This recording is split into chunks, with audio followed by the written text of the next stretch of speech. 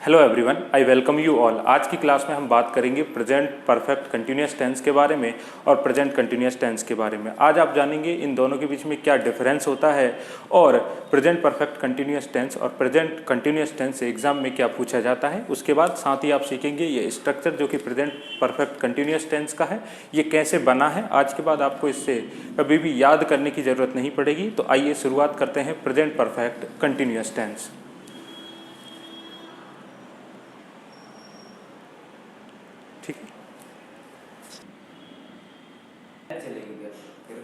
Record हो गया। तो कल हमने पढ़ा था प्रेजेंट कंटिन्यूस टेंस, ठीक है। प्रेजेंट परफेक्ट पढ़ लिया था, प्रेजेंट परफेक्ट आप पढ़ चुके हैं। इसके बाद आता है प्रेजेंट परफेक्ट कंटिन्यूस। तो इस टेंस को पहले आप समझिए होता क्या है।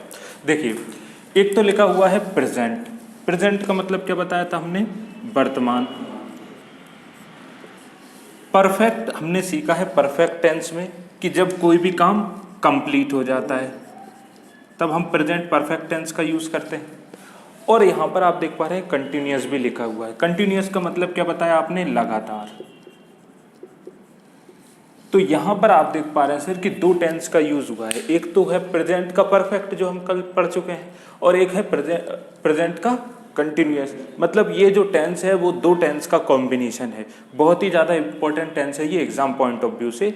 यहाँ पर अब देखिए आप, इसमें क्या होता है, जैसे प्रेजेंट कंटिन्यूस में हमने सीखा कि जब कोई स्पीकर किसी काम को कर रहा है और साथ में बोल रहा है तो कौन सा टेंस आएगा? प्रेजेंट का कंटिन्यूस टेंस। और प्रेजेंट परफेक्ट कंटिन्यूस में क्या है, मान लीजिए आप कोई काम कर रहे हैं, आपने कोई भी काम स्टार्ट किया। अगर मैं आपको पढ़ा रहा हूँ तो मैंने बोला मैं आपको 5 मिनट से पढ़ा रहा हूँ। इसका मतलब क्या है कि अगर मैं कोई काम कर रहा हूँ या कोई भी इंसान किसी काम को कर रहा है तो कुछ पार्ट उसका कंप्लीट भी तो हो गया है, हाँ या ना? जो काम होते जा रहा है वो कंप्लीट होते जा रहा है, हाँ या ना? मतलब जो भी आप काम कर रहे हैं उसका जो पिछला भाग है वो कंप्लीट होता जा रहा है, और अभी भी आप एक पॉइंट पर इस काम को कर रहे हैं और आगे भी ये करेंगे आप, क्योंकि जब तक करेंगे ना जब तक फिनिश ना हो जाए। मतलब कुछ काम ऐसे होते हैं, आप जब भी किसी काम को करते हैं तो तुरंत करते ही काम खत्म नहीं होता। आप करते जाते हैं, काम का कुछ पार्ट खत्म होता जाता है और कुछ चल रहा होता है। तो प्रेजेंट कंटिन्यूअस में हमें उस पार्ट की जानकारी मिलती है जिस पर हम काम कर रहे हैं। लेकिन प्रेजेंट परफेक्ट कंटिन्यूअस किसको दिखाता है कि ये जो काम था कुछ कंप्लीट भी हो गया, मतलब कुछ समय से चला आ रहा है, हाँ या ना? इसका मतलब प्रेजेंट परफेक्ट कंटिन्यूअस में वो टाइम आता है टेंस में कि कुछ पार्ट मतलब काम कितने समय से चला आ रहा है। इसमें एक एक्स्ट्रा चीज जुड़ जाती है, कौन सा? टाइम।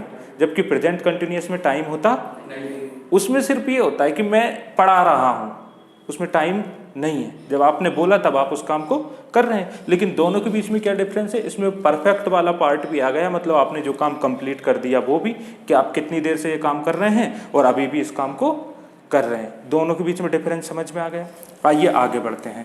आपको पता है कि कोई भी कंटिन्यूअस टेंस, कोई भी, चाहे वो प्रेजेंट हो, पास्ट हो या फ्यूचर हो, हमने एक चीज सीखी है, उसमें काम लगातार कंटिन्यूटी को दिखाने के लिए वर्ब की कौन सी फॉर्म आती है? ING form. तो इसमें भी वर्ब की कौन सी फॉर्म आएगी? ING form. लेकिन अगर मैं इसमें डायरेक्ट आईएनजी फॉर्म लगा दूंगा तो दोनों के बीच में कोई डिफरेंस नहीं रहेगा। दोनों कौन? एक प्रेजेंट कंटिन्यूअस और एक परफेक्ट कंटिन्यूअस। तो आइए अब इसके स्ट्रक्चर की बात करते हैं हम। देखिए, सबसे पहले सेंटेंस में क्या आएगा? बेसिक स्ट्रक्चर बोल दें आप। सब्जेक्ट के बाद हेल्पिंग वर्ब, हेल्पिंग वर्ब के बाद मेन वर्ब, और मेन वर्ब के बाद ऑब्जेक्ट।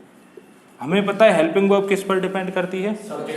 जैसा सब्जेक्ट वैसी हेल्पिंग वर्ब। और मेन वर्ब किस पर डिपेंड करती है? जैसी हेल्पिंग वर्ब वैसी मेन वर्ब। हेल्पिंग वर्ब से मतलब हैज हैव के साथ वर्ब की थर्ड फॉर्म, बाकी सबके साथ वर्ब की फर्स्ट फॉर्म।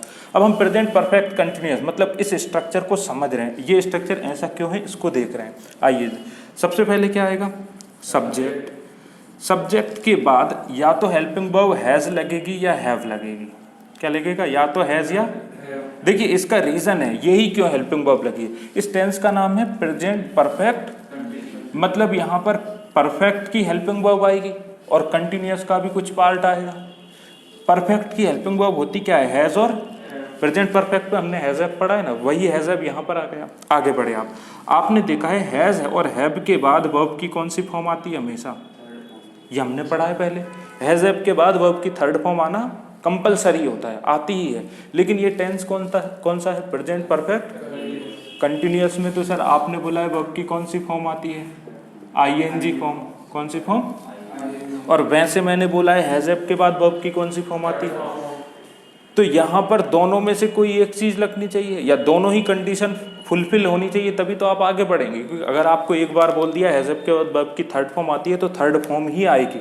लेकिन अगर मैंने आपको बोल दिया कंटिन्यूअस टेंस में आईएनजी लगेगी तो आईएनजी ही लगेगी। कोई भी एक बात को आप गलत नहीं कर सकते, नहीं तो दो रूल आपको बार बार याद करना पड़ेगा। इसलिए आपने देखा कि यहाँ पर मुझे एक ऐसी वर्ब लाना है, ऐसी क्या लाना है, वर्ब लाना है जो वर्ब की कौन सी फॉर्म में हो, थर्ड फॉर्म में। कौन सी फॉर्म में हो? लेकिन कंटिन्यूअस को देखते हुए मुझे मेन वर्ब की कौन सी फॉर्म चाहिए, आईएनजी फॉर्म, क्योंकि काम तो कंटिन्यू चल रहा है ना। मैं ये स्ट्रक्चर बनाना सिखा रहा हूँ आपको। तो आप एक ऐसी वर्ब लेकर आएंगे जिसकी थर्ड फॉर्म तो हो लेकिन उस वर्ब का अपने आप में कोई मतलब ना हो। वैसी वर्ब होती है कौन सी, बी। बी एक वर्ब है। बी क्या है? एक वर्ब है जिसकी थर्ड फॉर्म और सेकंड फॉर्म होती है बीन। क्या होती है? बीन। इस वर्ब का कोई मतलब नहीं निकाल सकते आप, बस ये वर्ब है, इसका कोई अपने आप में मतलब होता नहीं है। वो सेकंड फॉर्म नहीं होती, वो उसकी फॉर्म है। Is am are present form है, वॉज वर पास्ट फॉर्म है ना। ये जब वर्ब के हेल्पिंग वर्ब के फॉर्म में है, जब मेन वर्ब आप यूज करेंगे तो बीन और बीन। ज़्यादा डीप में नहीं जाना, मैं स्ट्रक्चर बनाना सिखा रहा हूँ ताकि आपको इतना बड़ा स्ट्रक्चर याद ना रखना पड़े, इसलिए इतनी बात कर रहा हूँ, अदरवाइज इतनी बात नहीं होती। आगे बढ़ूँ मैं तो हैज हैव के बाद में बी का यूज कर सकता हूँ। तो मैंने यहाँ पर बी का यूज कर दिया। आप कहेंगे हैज हैव है तो वर्ब की थर्ड फॉर्म बी बन जाएगा क्या, बीन। क्या बन जाएगा? ये मुझे बीन इसलिए लगाना पड़ा क्योंकि मेरा कंटिन्यूअस टेंस से मुझे वर्ब की आईएनजी फॉर्म चाहिए। उसके लिए मैंने ये जुगाड़ जमाई है कि हैज हैव के बाद थर्ड फॉर्म लगाना है, इसलिए मैंने ये थर्ड फॉर्म लगा दी। ठीक है। उसके बाद आप देखिए जब वर्ब के बाद वर्ब आती है तो आईएनजी फॉर्म आएगी, जो हमारी रिक्वायरमेंट भी है, हमें आईएनजी फॉर्म ही चाहिए थी। इसलिए ये subject plus has have been और वर्ब की आईएनजी फॉर्म। वर्ब के बाद क्या आता है? ऑब्जेक्ट आता है। और ऑब्जेक्ट के बाद आप लिखेंगे सिंस या फिर फॉर। ये सिंस या फॉर क्या है इसकी बात करेंगे हम। इसके बाद आएगा टाइम। क्या आएगा? टाइम। इतनी बात को समझ पा रहे हैं आप। हैज़ की बात करें तो हैज़ किसके साथ लगता है? वही जहाँ प्रेजेंट इंडेफिनिट परफेक्ट में लगता था। हाँ, सिंगुलर मतलब ही, सी, इट या किसी का नाम। इसी प्रकार हैव के लिए अगर बात करें तो प्लूरल के साथ यू, दे या वी, और आई के साथ भी हैव लगता है। या एक से ज़्यादा नाम होने पर भी क्या लगेगा? हैव लगेगा। आपके लिए इम्पोर्टेंट चीज़ क्या है? अगर मैं आपसे पूछता हूँ कि इस पूरे स्ट्रक्चर में हेल्पिंग वर्ब क्या है, तो बहुत से लोग क्या समझ लेते हैं ये पूरी की पूरी हेल्पिंग वर्ब है। क्या ये पूरी हेल्पिंग वर्ब है? ये कौन सी वर्ब है? Main verb. ये सिर्फ हेल्पिंग वर्ब क्या है? ये। अच्छा, मैं ये क्यों बता रहा हूँ आपको कि हेल्पिंग वर्ब है? क्यों? क्योंकि जब आप इसका इंट्रोगेटिव बनाएंगे, इंट्रोगेटिव में सिर्फ और सिर्फ आगे क्या जाती है? Helping verb. तो हेल्पिंग वर्ब मतलब सिर्फ इसको उठाकर आगे ले जाओगे ना, ये तो अपनी जगह पर ही रहेगी। कई लोग क्या करते हैं, पूरी की पूरी उठाकर आगे ले जाते हैं, जो कि गलत कर देगी इस सेंटेंस को, क्योंकि ये हेल्पिंग वर्ब नहीं, ये मेन वर्ब की कौन सी फॉर्म है? थर्ड फॉर्म है। और ये वो मेन वर्ब है जो हमारे सेंटेंस में दी रहेगी। पूरी बात को समझ पा रहे हैं आप? हाँ या ना? अभी सिंस फॉर की बिल्कुल भी बात नहीं करूंगा। इस स्ट्रक्चर्स के ऊपर से पहले कुछ सेंटेंसेस हम बनाते हैं। आप चाहें तो इसको नोट कर लीजिए।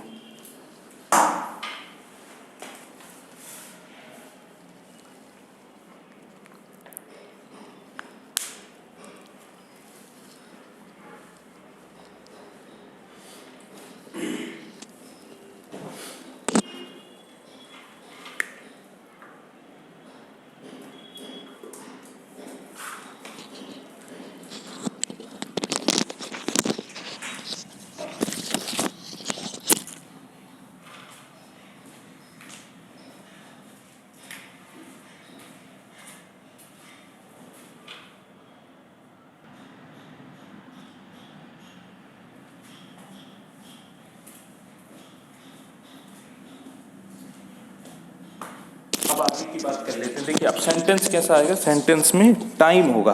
अब हम हिंदी में 2 से 3 सेंटेंस समझेंगे सिर्फ, ताकि आपको एक क्लियरिटी हो जाए। जैसे कि मैंने आपके सामने बोला, मैं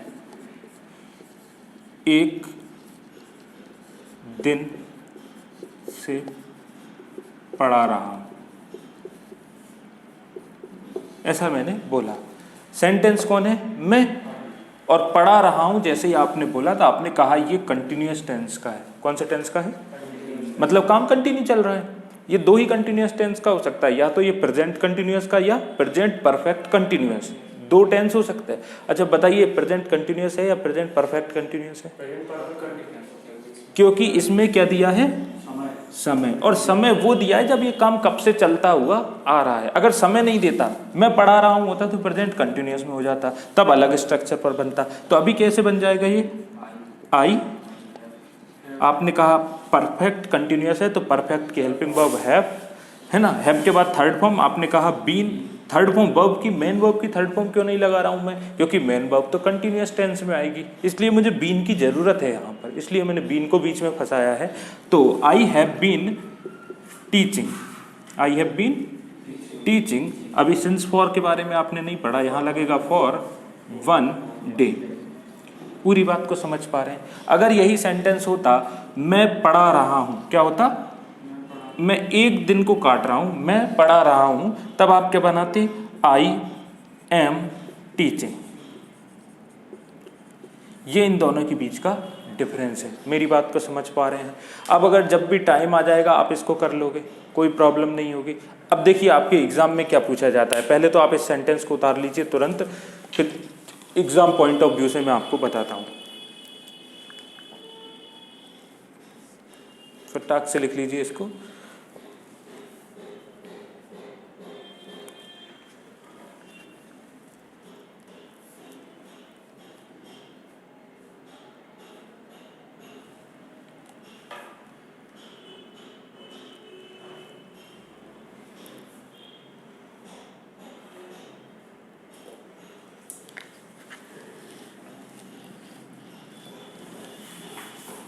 अब देखिए, जो एग्जाम में आपके एक चीज पूछी जाती है इस टेंस से, एक ही चीज पूछी जाती है जो कि आपको यहां पर आप देख लेना है, बड़ी ही आसान चीज है। जैसे मैंने आपके सामने लिखा, he is doing his project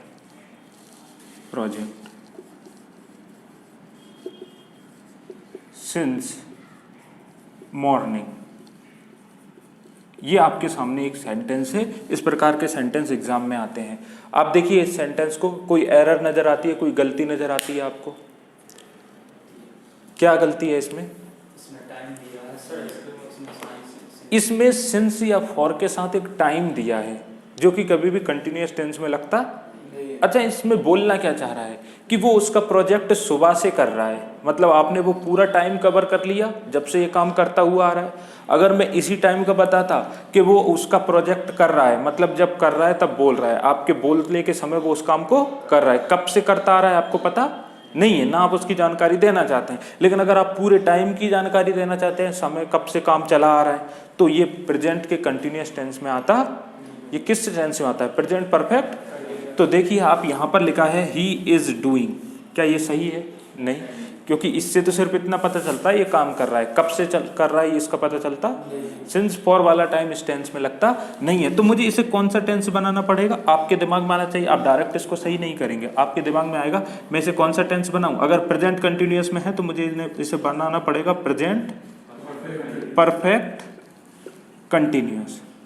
ये वाला टेंस आपको इसको बनाना पड़ेगा। आप ऐसा ना करें सिंस मॉर्निंग ही काट के आ गए एग्जाम में, अब मैंने सही कर दिया, गलत हो जाएगा। वो तो बताना चाह रहा है मॉर्निंग से हो रहा है ये काम। प्रेजेंट परफेक्ट कंटिन्यूअस टेंस बनाना पड़ेगा। तो दिमाग में लाओ, प्रेजेंट तो है ही, परफेक्ट की हेल्पिंग वर्ब क्या है? हैज या फिर? इतनी बात को समझ रहे हैं? कंटिन्यूअस, सर कंटिन्यूअस का मतलब वर्ब की फॉर्म में आईएनजी, तो वर्ब की फॉर्म में तो ऑलरेडी क्या लगा हुआ है? आईएनजी लगा हुआ है। लेकिन हैज ऐप को देखते हुए वर्ब की कौन सी फॉर्म? थर्ड फॉर्म, मतलब क्या? बीन। तो बस ये वाली चीज यहाँ चिपका दो। ही के साथ क्या लगेगा? हैज। आपने कहा यहाँ लगाऊंगा हैज और उसके बाद क्या लगा दूंगा?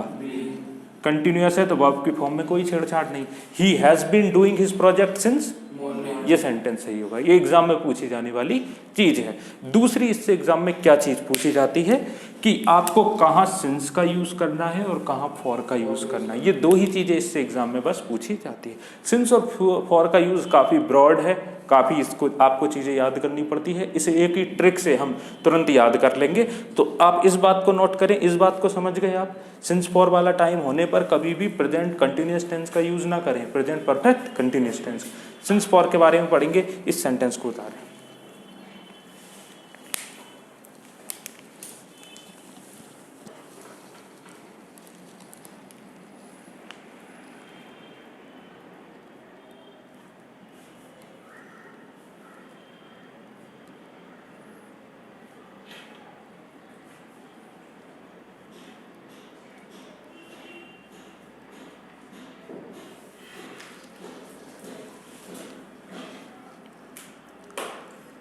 आगे बढ़ो, ठीक है।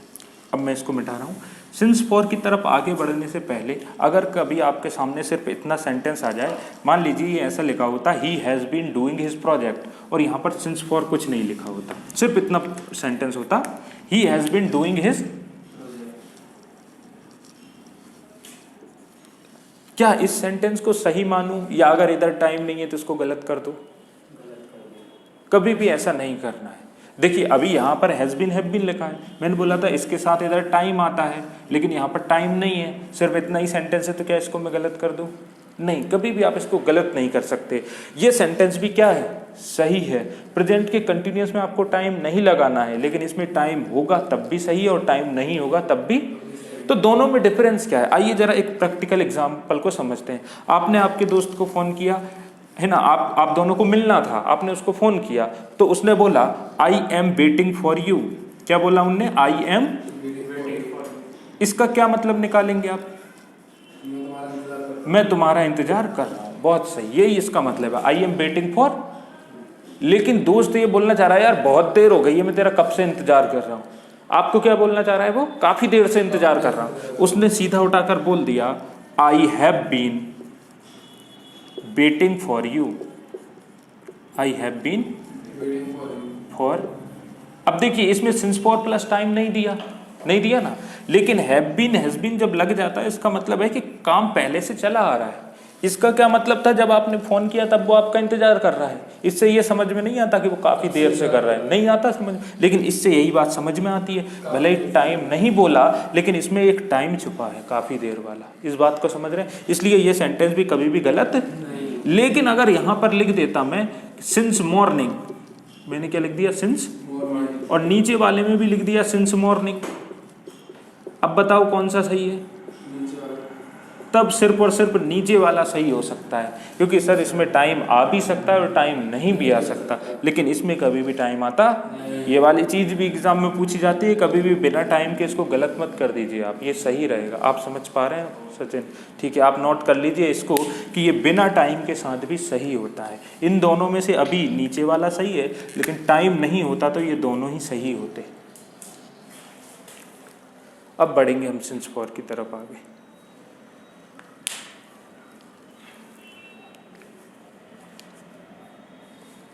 बहुत पूछी जाती है सिंस फॉर वाली चीज एग्जाम में।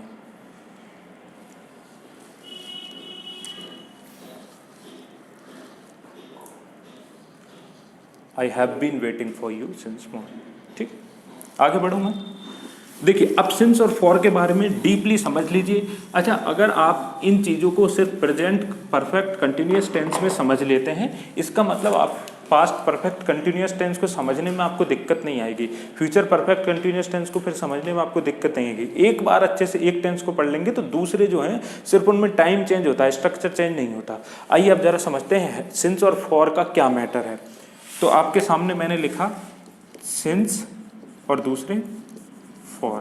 पहले तो समझिए ये होते क्या है। सिंस और फॉर दोनों ही होते हैं प्रपोजिशन ऑफ टाइम।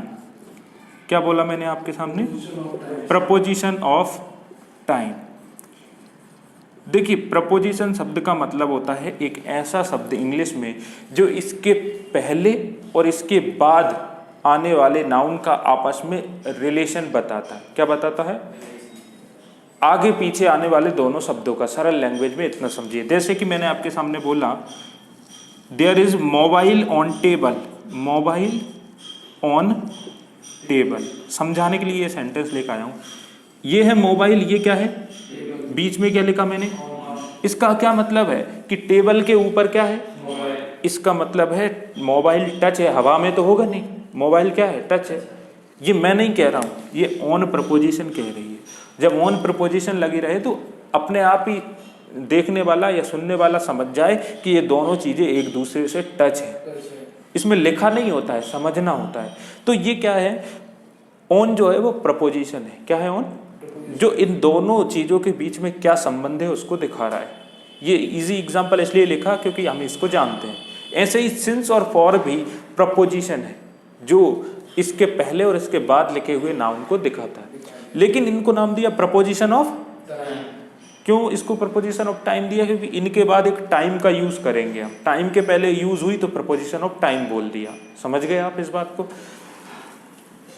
आगे बढ़ूं तो सिंस और फॉर क्या है, प्रपोजिशन ऑफ टाइम, मतलब इनके बाद एक टाइम आएगा, लेकिन इन दोनों के बाद अलग अलग प्रकार के टाइम आते हैं। देखिए अब सिंस की बात कर लेते हैं। सिंस कहाँ लगेगा और फॉर कहाँ लगेगा। सिंस जहाँ पर लगेगा वो आपका सिंपल लैंग्वेज में बोलूँ तो फिक्स टाइम के आगे लगेगा। किसके आगे लगेगा? इसको और अच्छे से आप बोल सकते हैं बुक की लैंग्वेज में पॉइंट ऑफ टाइम के आगे। किसके आगे? पॉइंट ऑफ टाइम के आगे, या फिर कोई भी फिक्स टाइम के आगे। ये बस मैं बताने के लिए आपको बता रहा हूँ, आपको बिल्कुल भी ये याद करना नहीं पड़ेगा, खुद हो जाएगा अपने आप। फॉर लगेगा आपका पीरियड ऑफ टाइम के लिए। किस में लगेगा? पीरियड ऑफ टाइम क्या होता है? समय की अवधि। जब आपको टाइम ड्यूरेशन दिया रहे, समय की अवधि दी रहे, वही तो पीरियड ऑफ टाइम होता है। जैसे मैंने बोला 1 महीने, क्या बोला मैंने? ये समय की एक अवधि है ना, कि फिक्स टाइम है। फिक्स टाइम क्यों नहीं है? फिक्स टाइम का मतलब होता है वो पॉइंट जिस पॉइंट के बारे में आप बात कर रहे हैं, हाँ या ना। और पीरियड ऑफ टाइम समय की एक अवधि। बस इसको नोट करो आप, फिर आपको ये रटने की जरूरत नहीं है। कैसे याद करना है वो मैं आपके सामने लेकर आ रहा हूं।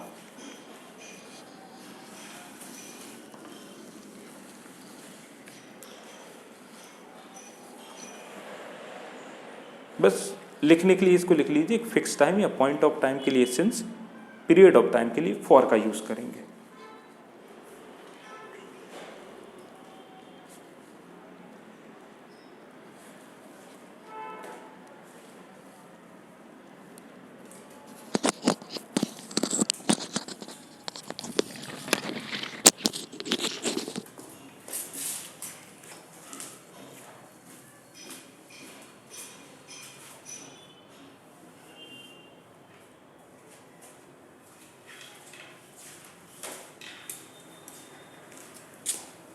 ठीक है, बढ़ जाए।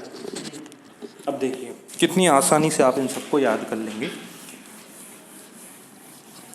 सिंस और फॉर के बारे में एक और चीज याद कर लो, मतलब किसी भी तरीके से आपको याद हो जाए। जब कोई ऐसा टाइम दिया रहे, जब एग्जाम में ऐसा टाइम दिया रहे जिस टाइम से सिर्फ आपको आगे बढ़ना पड़े, जिससे क्या करना पड़े, वहां सिंस लगेगा। वहां क्या लगेगा? और ऐसा टाइम दिया रहे जिससे आपको पीछे ही हटना पड़ जाए, वहां फॉर लगेगा। क्या लगेगा? मैं समझाता हूं कैसे। मैंने बोला मैं 1 महीने से इंग्लिश पढ़ा रहा हूं। क्या बोला मैंने? 1 महीने से पढ़ा रहा हूं।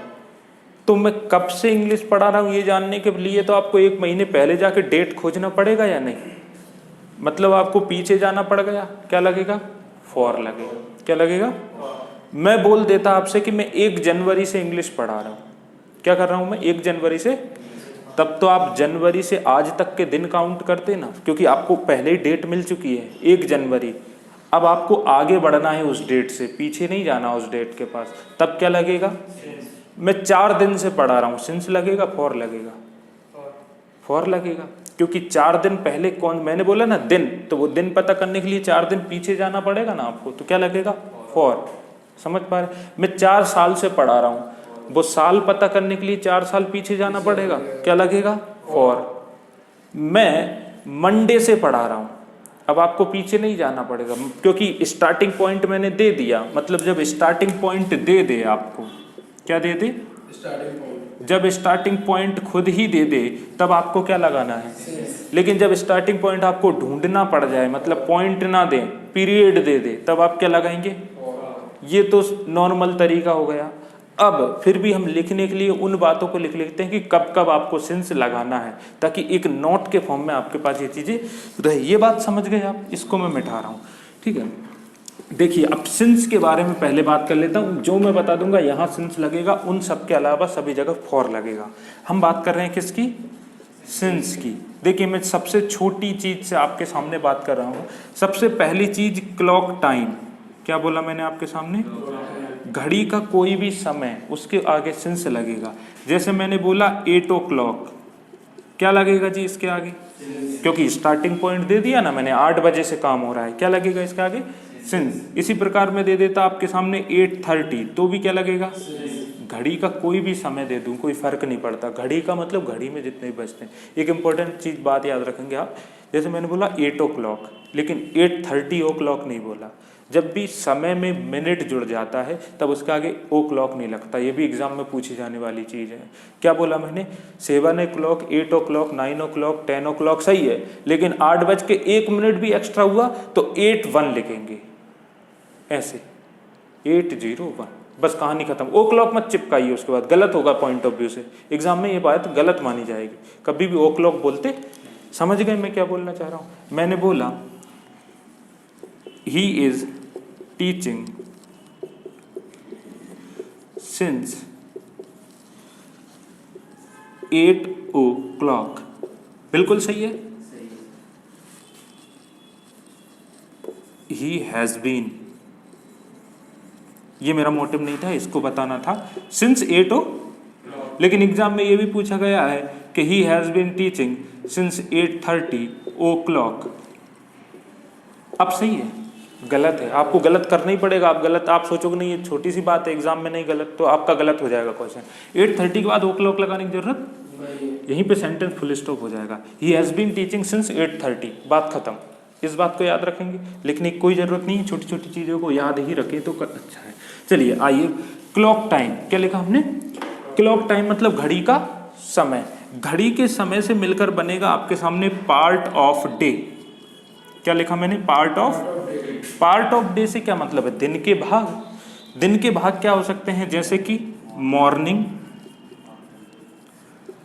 हो सकता है, हाँ या ना। आफ्टरनून हो सकता है, एग्जाम में ये पूछा नहीं जाता आफ्टरनून वैसे, और इवनिंग हो सकता है। मेरी बात को समझ रहे हैं आप, मॉर्निंग सबसे ज्यादा पूछा जाता है। क्लॉक ऑफ टाइम घड़ी के समय से मिलकर बन जाता है पार्ट ऑफ डे, मतलब कि मॉर्निंग। जैसे मॉर्निंग क्या होता है, सुबह सुबह का टाइम, 6 बजे से 12 बजे तक हम मॉर्निंग में ही ले लेते हैं, तो वो घड़ी के छोटे छोटे आवर्स से मिलकर बना होगा ना मॉर्निंग, हाँ या ना। पार्ट ऑफ डे से मिलकर क्या बन जाएगा, आप खुद बताएं। पार्ट ऑफ डे से मिलकर क्या बनेगा सर, मॉर्निंग, आफ्टरनून, इवनिंग को अगर मैं ऐड कर दूं तो दिन बन जाएगा। मतलब name of day, name of किसी भी दिन का नाम आ जाने पर आप सिंस का यूज करेंगे। दिन का नाम जैसे कि मंडे, ट्यूसडे, समझ पा रहे हैं आप इस बात को। दिन से मिलकर बन जाता है मंथ। अब हमारे यहाँ वैसे दिन से मिलकर बनता है वीक, लेकिन वीक के कोई नाम होते हैं क्या, नहीं होता। डे से मिलकर क्या बन जाता है, मंथ, तो name of month. Name of month के आगे भी क्या लगाओगे आप, सिंस लगाओगे। ये याद करने का एक तरीका है कि आपको ये सारी चीजें एक ही दम याद हो जाए। मंथ, मंथ मतलब कि जैसे कि आ गया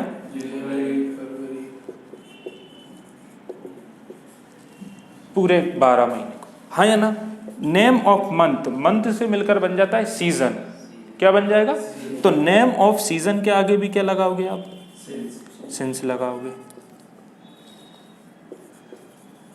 जैसे कि मैंने आपके सामने बोला विंटर, समर, मानसून, ये सब क्या है, सीजन है, हाँ या ना।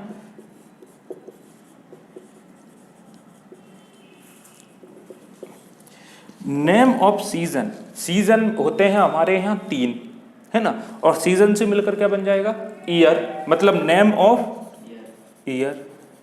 ईयर के आगे भी क्या लगाओगे, जैसे मैंने बोला 2021, 1996, मेरी पूरी बात को समझ पा रहे हैं? आइए हम एक बार रिवाइज कर लेते हैं। पहला क्या है? क्लॉक टाइम के पहले क्या लगाएंगे? सिंस। क्लॉक टाइम से मिलकर बना part of day, morning, evening या फिर आफ्टरनून। इनके आगे क्या लगेगा? सिंस। पार्ट ऑफ डे से मिलकर बना नेम ऑफ डे, क्या होते हैं? इन सब के आगे सिंस। डे से मिलकर बना मंथ, मंथ के नेम के आगे भी क्या लगाओगे? हाँ, इनके आगे भी क्या लगेगा? सिंस। इनसे बना नेम ऑफ सीजन के नेम हुए विंटर, समर या मानसून। इनके आगे भी क्या लगेगा? सीजन से मिलकर बना ईयर, है ना? नेम ऑफ ईयर कुछ भी हो सकता है ना? 2021, 22 और 1996। इनके आगे भी क्या लगेगा? ये एक ऐसी चीज़ थी जो हमने एक फ्लो में याद कर ली। इनके अलावा भी और चीज़ें होती है, फटाक से इसको नोट कर लेंगे, या फोटो भी खींच सकते हैं आप जगह छोड़ के। हम आगे बढ़ जाएंगे फिर, और लिखना चाहे तो इसको लिख लीजिए जैसा आप कहें। फोटो खींचेंगे तो उसके लिए जगह छोड़ना आप, और घर जाके नोट करिए। ले लीजिए इसकी फोटो।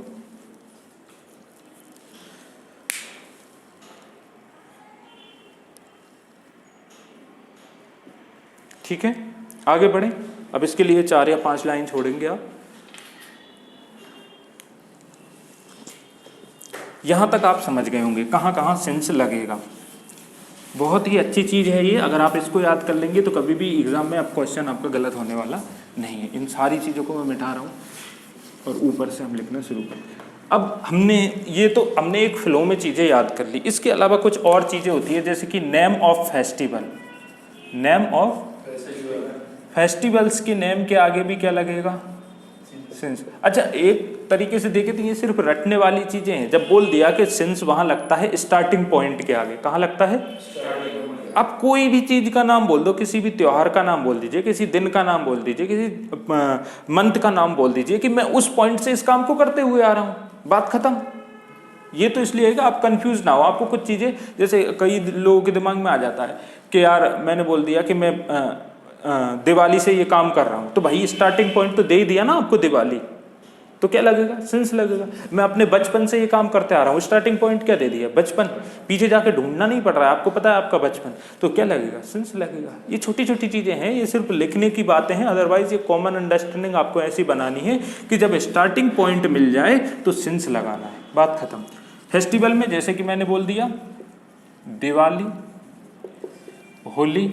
कई लोग सोचते हैं कि छोटे फेस्टिवल को लेना है क्या? अरे बिल्कुल लेना है। फेस्टिवल मतलब फेस्टिवल। कई लोग सोचते हैं रक्षाबंधन के आगे सिंस लगाऊं या फॉर लगाऊं। आप अंदर डीप में क्यों जा रहे हैं? फेस्टिवल तो फेस्टिवल है, वो हमारे लिए वो फेस्टिवल नहीं, हमारे लिए स्टार्टिंग पॉइंट है, हाँ या ना? तो छोटे फेस्टिवल के आगे भी क्या लगेगा जी? सिंस लगेगा। आपको परेशान नहीं होना है। स्टेट के आगे, स्टेट का मतलब है अवस्था। चाइल्डहुड एग्जाम में काफी पूछा जाता है ना? इसके आगे क्या लगेगा? सिंस लगेगा। काफी पूछा जाता है चाइल्डहुड, क्या लगाएंगे? सिंस लगाएंगे। इस बात को समझ पा रहे हैं? नोट कर लीजिए फटाक से इसको। हाँ, इनको तो नोट कर लीजिए, है ना? उनके लिए जगह छोड़िए। और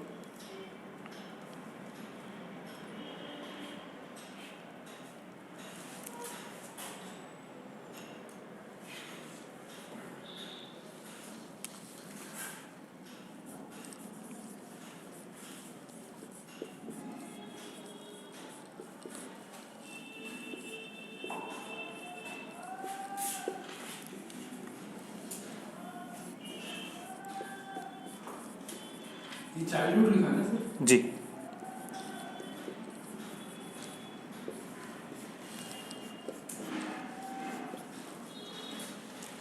चाइल्डहुड मतलब बचपन से, ठीक है। स्टेट मतलब अवस्था। इसको समझिए, सबसे इंपॉर्टेंट चीज सिंस और फॉर के लिए। एग्जाम में जब ये आएगी तो इन चीजों को तो मैक्सिमम लोग रट के सही कर देंगे, आएगा कंफ्यूजन इसमें। इसको भी अगर आप रटेंगे तो बाद में जाके भूल जाएंगे। देखिए, एक मैंने बोला, एक में लगा है द लास्ट पास्ट प्रीवियस, क्या लिखा हुआ है? इनके बाद कुछ भी हो सकता है। जैसे मैंने बोला the last day, the last century, the last decade या द लास्ट मंथ, कुछ भी हो सकता है। यहाँ पर डे हो सकता है, मंथ हो सकता है, ईयर हो सकता है, ठीक है, कुछ भी हो सकता है। लास्ट मंडे हो सकता है। जितने भी हमने टाइम लिख लिए ना, वो कुछ भी, लेकिन उनके पहले क्या लगा हो? या तो द लास्ट लगा हो, या द पास्ट लगा हो, या द, तीनों का मतलब एक ही है। अगर और दूसरा द नहीं है, यहाँ पर सिर्फ लास्ट पास्ट प्रीवियस है और उसके बाद क्या लिखा हो, वही बात डे, मंथ या फिर, अब इनमें से एक में सिंस लगता है और एक में फॉर लगता है। ये बात आपको याद नहीं करना, मैं समझा रहा हूँ आपको कैसे। देखिए इसमें लगता है फॉर, क्या लगता है, द लास्ट, द पास्ट या द प्रीवियस के बाद कुछ भी आ जाए तो क्या लगेगा, और अगर इनके बाद सिर्फ लास्ट पास्ट प्रीवियस आ जाए तो क्या लगेगा। इसका रीजन मैं आपको बता दे रहा हूं ताकि आप कभी भी ना भूलें, अदरवाइज आप इसको भूल सकते हैं, उल्टा कर देंगे। देखिए बेसिकली सिंस कब लगाते हैं हम, जब आपको क्या दिया हो, स्टार्टिंग पॉइंट, क्या दिया हो। अगर मैं आपसे बोलता हूं लास्ट मंडे, क्या बोला मैंने, लास्ट मंडे का क्या मतलब है, ये जो आखिरी मंडे, और आखिरी मंडे जो ये निकला होगा। मैंने बोल दिया लास्ट मंथ, क्या बोला मैंने, लास्ट मंथ कौन सा होगा, इसके पहले जो मंथ निकला है, अभी जनवरी चल रहा है तो दिसंबर इसका लास्ट। इसका मतलब सर जब सिंपल लास्ट पास्ट या प्रीवियस बोलेगा इसका मतलब पिछला ही तो होता है, और पिछला तो फिक्स है, पिछला क्या है, फिक्स है। इसका मतलब उसके लिए क्या लगेगा। लेकिन ये the last, the past, the previous क्या है, द का मतलब होता है स्पेसिफिक, क्या होता है, स्पेसिफिक मतलब कोई खास या विशेष। आप बात कर रहे हैं, जैसे मैंने बोल दिया द लास्ट मंडे, क्या बोला मैंने, द लास्ट मंडे। आप इसको डायरेक्ट यूज नहीं कर सकते। द लास्ट मंडे का क्या मतलब है, इसके पहले भी एक सेंटेंस रहा होगा कि जब मैं उससे मिला था द लास्ट मंडे, मतलब कि जब मैं उससे मिला था उसके पहले एक मंडे को ही रहा होगा। समझ रहे हैं मेरी बात को। ये स्पेसिफिक मंडे की बात कर रहा है, मतलब ये कभी मैंने, जब मेरे पास ये टाइम आया होगा जिसको मैंने महसूस किया होगा, जिस पे कोई घटना घटी होगी। समझ रहे हैं आप, ये स्पेसिफिक उस टाइम की बात कर रहा है, ये आपके जस्ट पिछले मंडे की बात नहीं कर रहा है। समझ रहे हैं मेरी बात को। इसके लिए तो आपको ढूंढना पड़ेगा ना उस डेट को। ये जब की भी बात है, ये किसी खास मंडे की बात कर रहा है द, क्योंकि द लगता है स्पेसिफिक चीजों के आगे, और ये कोई स्पेसिफिक डेट है जिसकी आप बात कर रहे हैं। जबकि ये जो लास्ट पास्ट प्रीवियस है, इसका मतलब है ये जो पिछला ही निकला है। समझ रहे हैं इस बात को। इसीलिए इसके लिए क्या लग जाता है, सिंस, और इसके लिए लगता है, ये आपको कहीं नहीं मिलेगा बुक में, और आप इसको याद करने में भी गलती कर सकते हैं। अब तो नहीं भूलेंगे आप याद रखेंगे कि देखिए अब यहाँ पर आप कंफ्यूज हो सकते हैं कि मैंने इस सिंस तो फिक्स के लिए बताया था, सिंस किसके लिए बताया था, और आप सोचेंगे जब ये द स्पेसिफिक है तो ये फिक्स और स्पेसिफिक तो एक ही जैसे हैं। आप इसमें बाद में होगे कंफ्यूज। जी ये स्पेसिफिक है लेकिन ये फिक्स थोड़ी है। फिक्स तो वो है जो तुरंत निकल गया, वही तो फिक्स है आपके लिए। लेकिन ये तो कोई मंडे है जब आपने कोई बात की थी और तब ये काम हुआ था। समझ रहे हैं, ये कोई मंडे है, एक घटना के पहले का मंडे है ये, जबकि ये कौन सा है, लास्ट है। तो लास्ट पास्ट प्रीवियस के आगे कुछ भी आ जाए, वॉटएवर, क्या लगाएंगे, जबकि द लास्ट पास्ट प्रीवियस के पहले चाहे दिवाली क्यों ना आ जाए। और जैसे मैंने बोला द लास्ट दिवाली, क्या बोला मैंने, सिंस लगेगा, फॉर लगेगा। वैसे दिवाली के पहले क्या लगता है, सिंस, लेकिन द लास्ट आने पर सारी चीजें चेंज हो जाएगी द लास्ट आते ही। मेरी बात को समझ गए। बस इतनी सी कहानी थी इसको लेकर, इसको अब नोट कर लीजिए। ये बात याद रहनी चाहिए आपको, इसीलिए इतनी कहानी बताई है, इसलिए डायरेक्ट नहीं लिखवाया मैंने।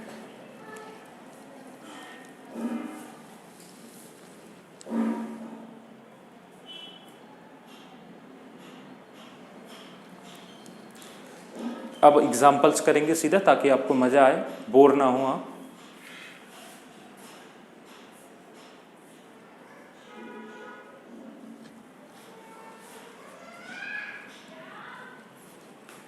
और आप भी मत भूलिए इस बात को।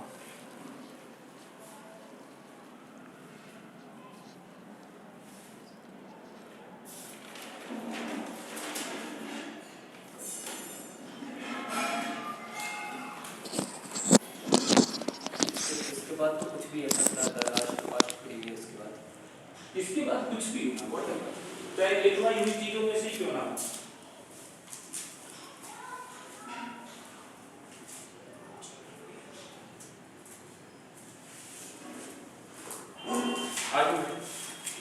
अब देखिए फॉर के बारे में कोई बात नहीं, फॉर के बारे में इसलिए बात नहीं की, अब जो भी बची हुई चीजें हैं वो सब फॉर के लिए है। ठीक है, फिर भी एग्जाम्पल के तौर पर लिख लेते हैं।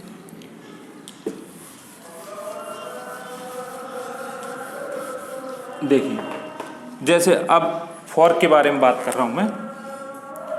फॉर में क्या है, जैसे मैंने लिख दिया 3 days, सिंस लगेगा फॉर लगेगा? फॉर लगेगा। ये पीरियड ऑफ टाइम है ना, कोई फिक्स टाइम थोड़ी है।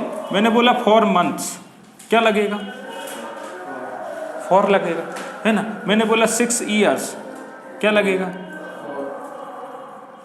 कोई आपको स्पेसिफिक नहीं दिया, इसलिए पूरी बात को समझ गया। इन सब में क्या लगेगा? लेकिन यही चीज लास्ट 3 days हो जाएगा तो क्या लग जाएगा?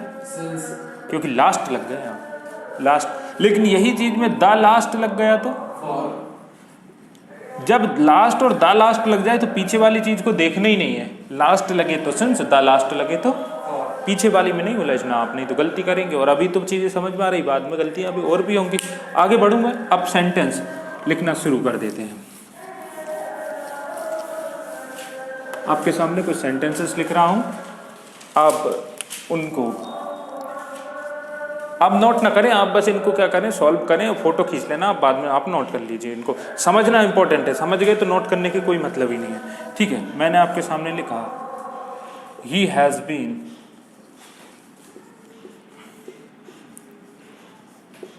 Applying for this post since 3 years. I am teaching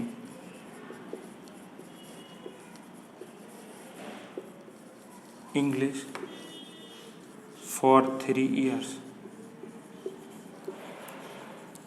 अच्छा, आपको ये तो पता है ना, ये फॉर और 4 वाला फॉर अलग अलग होता है। उसकी स्पेलिंग FOUR होती है ना। वो फॉर ये अलग है। कई लोगों को ये भी कंफ्यूजन रहता है कि फॉर मतलब 4 होता है, ये वो वाला नहीं है। ठीक है।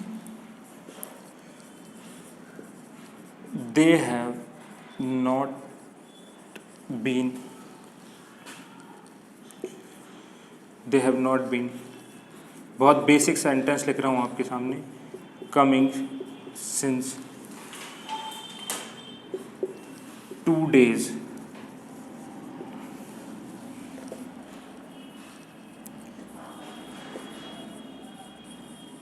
have been you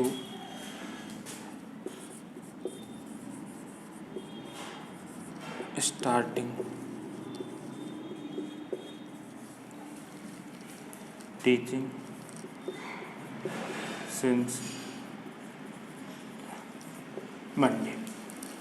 चलिए, पहला सेंटेंस कोई गलती है आपके तरीके से इसमें? हाँ,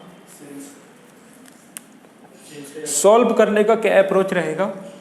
हम डायरेक्ट इस पर ना जाए, मतलब आपके लिए अभी तो हम यही पढ़ रहे हैं बिल्कुल, लेकिन एग्जाम में या बाद में जब भी आप प्रैक्टिस करेंगे, ही सेंटेंस का क्या हुआ? आपने कहा सब्जेक्ट के बाद आती है हेल्पिंग वर्ब। हैज आपकी क्या हुई? Helping verb. हैज हैव जैसे, अब सोचना कुछ नहीं, अब टेंस के बारे में बिल्कुल नहीं सोचना। आप जैसे जैसे आगे बढ़ोगे चीजें अपने आप बनती जाएगी। पहले से नहीं सोचना ये कौन से टेंस का है। ही हैज, आपने कहा हैज के बाद वर्ब की कौन सी फॉर्म? क्या ये थर्ड फॉर्म है? जी हाँ, बिल्कुल ये थर्ड फॉर्म है। आगे और बड़ा, वर्ब के बाद बीन, वर्ब के बाद अगर वर्ब आती है तो वर्ब की कौन सी फॉर्म आती है? क्या ये ING फॉर्म है? अब अपने आप ही बोल देगा प्रेजेंट परफेक्ट कंटिन्यूअस। आप समझ रहे हैं? पहले दिमाग नहीं लगाना आपको। दूसरी बात, हैज के बाद अगर डायरेक्ट ING फॉर्म होती गलत हो जाता सेंटेंस। समझ रहे हैं इस बात को? अप्लाइंग, अप्लाई के बाद फॉर लगता ही है, वो अलग चीज है। For this post. आगे बढ़े, आप लिखा हुआ है सिंस 3 years। आपके सामने जब भी एग्जाम में ये सेंटेंस आए तो आपके दिमाग में आ जाना चाहिए या तो यहाँ गलत होगा या दो में से और तीसरी जगह नहीं होती जहाँ ये गलत हो। यहाँ तो कोई गलती है नहीं, गलती होगी कहाँ पर? और यहाँ पर भी कोई गलती नहीं होती तो ये पूरा सही हो जाता। सिंस नहीं होगा, क्या होगा? बिल्कुल सही कहा आपने, क्योंकि यहाँ पर 3 years लिखा हुआ है। क्या लगा दूँ? पूरी बात तो समझ पा रहे हैं। I am teaching English for 3 years। I sentence का क्या हुआ? बिल्कुल सही। अच्छा, आई के साथ एम लग जाता है क्या? बिल्कुल, आई के साथ एम लग जाता है। अभी आपको इतना ही, आपको पहले नहीं देखना कि नहीं एम नहीं लगेगा, लग तो जाता है। मिली आई के साथ एम, बिल्कुल सही हुआ। और आई एम के बाद वर्ब की कौन सी फॉर्म आती है? मतलब यहाँ तक भी ये सेंटेंस पूरा सही था। इंग्लिश यहाँ पर भी कोई दिक्कत नहीं। आगे आप बड़े, यहाँ लिखा हुआ है फॉर 3 ईयर्स। क्या लिखा हुआ है? सर इसमें तो टाइम आ गया, हाँ या ना? सिंस और फॉर वाला टाइम है ना, ये फॉर के बाद क्या लिखा हुआ है? क्या ये प्रेजेंट कंटिन्यूअस टेंस में पॉसिबल है? नहीं है। ये कौन से टेंस में पॉसिबल है? प्रेजेंट परफेक्ट कंटिन्यूअस में। क्या यहाँ पर एम लगेगा? आप देख पा रहे हैं, अगर ये फॉर प्लस टाइम नहीं होता तो ये सही था, अदरवाइज ये क्या हो गया? एम की जगह पर आपको इसको क्या बनाना पड़ेगा? Perfect continuous. प्रेजेंट कंटिन्यूअस में है तो प्रेजेंट परफेक्ट कंटिन्यूअस बनाइए, पास्ट कंटिन्यूअस में होता तो पास्ट परफेक्ट कंटिन्यूअस बनाइए, फ्यूचर कंटिन्यूअस में होता तो फ्यूचर परफेक्ट। तो आपको और वैसे भी दिक्कत नहीं आएगी। प्रेजेंट कंटिन्यूअस में है तो क्या बना दूं इसको? Present perfect. बताओ प्रेजेंट परफेक्ट की हेल्पिंग वर्ब क्या है? तो आई के साथ हैव लगा दूं। क्या हैव के बाद आईएनजी फॉर्म आ सकती है? नहीं आ सकती, इसलिए बीच में क्या लगाना पड़ेगा? Third form. अब ये पूरा सही हो गया। I have been teaching English for 3 years. मैं 3 साल से इंग्लिश पढ़ा रहा हूँ, ऐसा बोलेंगे इसको। They have not been coming since 2 days। They sentence का हैव लग सकता है दे के साथ, बिल्कुल। नेगेटिव है, नॉट लगाए कोई दिक्कत नहीं। हैव के बाद वर्ब की कौन सी फॉर्म? ये बीन थर्ड फॉर्म ही तो है। वर्ब के बाद वर्ब कंटिन्यूअस टेंस होगा, इसलिए आईएनजी आई है, मतलब यहां तक भी कोई दिक्कत। सिंस 2 days, 2 days के साथ सिंस लग सकता है क्या? नेवर, कभी नहीं लगेगी। ये तो सर पीरियड ऑफ टाइम है, 2 दिन का समय, कोई फिक्स टाइम नहीं है। क्या लगा दूं? मेरी बात को समझ रहे हैं? Have been you starting teaching since Monday. इसमें क्या गलत है? सबसे पहली बात, आपने बीन को सब्जेक्ट से पहले नहीं रख सकते, क्योंकि बीन कोई हेल्पिंग वर्ब नहीं है। बीन तो कौन सी वर्ब है? Main verb. और हेल्पिंग वर्ब कभी भी मेन वर्ब सब्जेक्ट से पहले आती, यही हमने स्ट्रक्चर में सबसे पहले डिस्कस किया था कि बीन को कई लोग मेन वर्ब समझ, हेल्पिंग वर्ब समझ लेते हैं। ये भी एग्जाम में आता है। आपने कहा बीन की पोजीशन को चेंज करना पड़ेगा। हैव यू, हैव तो सही है, हेल्पिंग वर्ब सब्जेक्ट के पहले आ जाती है इंट्रोगेटिव सेंटेंस में, यहाँ कोई प्रॉब्लम नहीं है। Have you been starting teaching since Monday. देखिए ये टीचिंग वर्ब की आईएनजी फॉर्म नहीं है, ये नाउन है, इसमें ना ही पढ़े। ये नाउन है ना, जरंडियल फॉर्म ऑफ नाउन, ये अलग चीज है। तो देखो स्ट्रक्चर बन गया ना, हेल्पिंग वर्ब, उसके बाद मेन वर्ब, ऑब्जेक्ट। ये हुई आपकी क्या? Helping verb. ये क्या हुआ? सब्जेक्ट। ये बीन मैंने गलत लिख दिया था, यहाँ पर लेकर आया। उसके बाद वर्ब की कौन सी फॉर्म? तो ये देखिए हैव लिखा हुआ है, यहाँ पर बीन लिखा हुआ है, प्रेजेंट परफेक्ट कंटिन्यूअस। उसके बाद वर्ब की कौन सी फॉर्म? अब आपने कुछ स्टार्ट किया है, क्या स्टार्ट किया है? टीचिंग स्टार्ट की है। कुछ ना कुछ तो स्टार्ट करते ही ना, मैंने लिख दिया टीचिंग सिंस मंडे। ये सही है? बिल्कुल सही है। आप समझ गए पूरी बात को। चाहे तो आप इसको नोट कर सकते हैं या फोटो खींच सकते हैं, जो भी नोट कर लेंगे तो और अच्छा रहेगा। यहीं के यहीं इसको नोट करना ठीक रहेगा।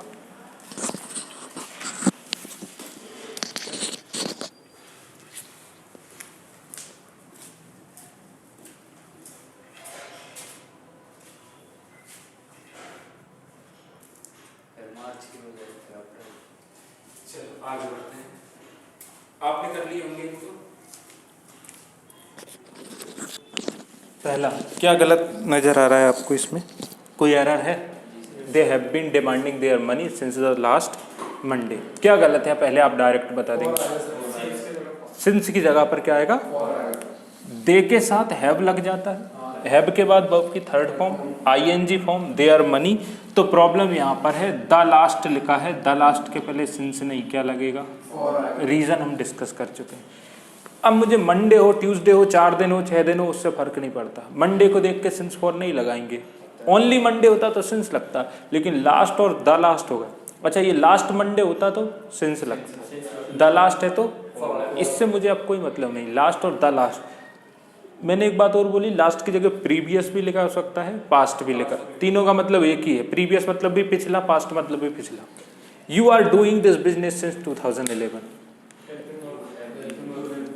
ये लगा है सिंस फॉर प्लस टाइम, हाँ है ना। यहाँ पर ये प्रेजेंट कंटिन्यूअस नहीं, परफेक्ट कंटिन्यूअस में होगा। क्या लिख दूं मैं? आपने इसको ऐसे ही किया था, सभी ने ऐसे ही किया था। Government has been providing this facility for 2010। कोई दिक्कत है या सही है ये? यहाँ पर क्या लगेगा? सिंस लगेगा।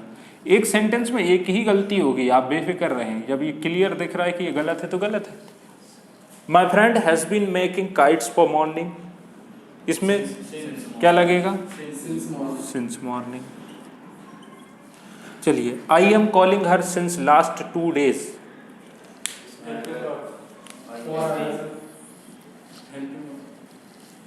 नहीं देखिए, हाँ बिल्कुल, इनने बिल्कुल सही डाउट बोला, यहाँ पर फॉर आएगा, है ना? ये इसके लिए बोल रहे हैं आप इसको चेंज नहीं कर सकते, कभी भी कर सकते हो क्या?